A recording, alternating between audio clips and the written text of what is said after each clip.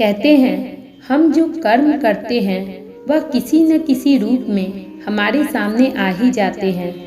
एक औरत थी, वह जब भी खाना बनाती तो एक रोटी अपने घर के मुंडेर पर रख देती, जिससे कोई भी भूखा उसको खा सके। एक बहुत ही गरीब और विकलांग बूढ़ा था जो रोज उसकी रोटी लेने आता और रोटी लेकर यही कहता, तुम्हारे अच्छे कर्म तुम्हारे साथ अच्छा करेंगे और बुरे कर्म बुरा करेंगे।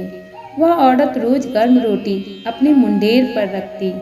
वह विकलांग आता, रोटी लेता और यही बात कहता। उस औरत को उस बूढ़े से चिढ़ जैसी होने लगी कि यह कभी रोटी लेकर धन्यवाद नहीं करता, बल्कि यही कहता है कि अच्छे कर्म करोगे तो अच्छा होगा, बुरे कर्म करोगे तो बुरा होगा।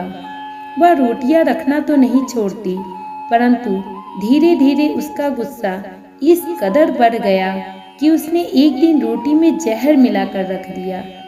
परंतु रोटी रखने के बाद उसका शरीर कांपने लगा। उसे एहसास हो रहा था कि उसने जो कुछ भी किया है वह बहुत गलत है। उसने वह रोटी उठाई और अग्नि में जला दिया और फिर से रोटियां बनाई और मुंडेर पर रख दिया। फिर से वह बूढ़ा आया, उसने रोटी उठाई और चलते चलते फिर से वही बातें दोहराई। फिर अगले दिन जब उस औरत ने रोटी बनाई और मुंडेर पर रखी, तब उस दिन वह विकलांग व्यक्ति रोटियां लेने नहीं आया। वह उसका इंतजार करने लगी।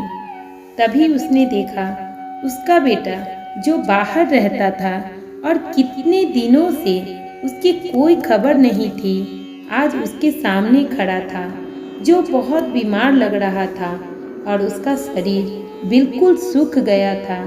उसने अपने बेटे को गले से लगा लिया और रोते हुए पूछने लगी, कहाँ था तू इतने दिनों से और यह क्या हाल बना रखा है तूने अपना।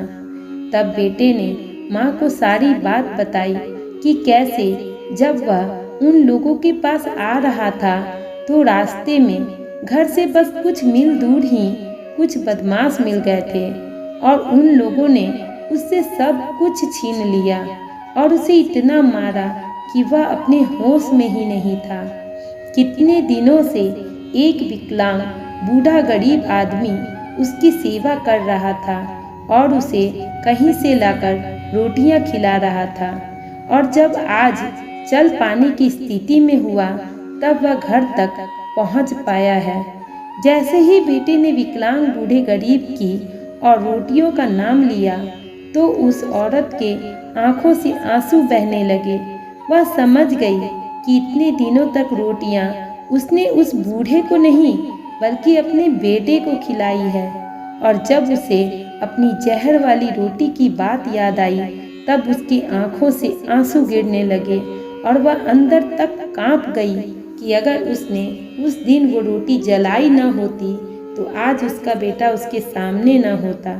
अब उसे उस बूढ़े गरीब की उन बातों का मतलब समझ आ गया था कि आपके अच्छे कर्म आपके साथ अच्छा करेंगे और आपके बुरे कर्म आपका बुरा करेंगे।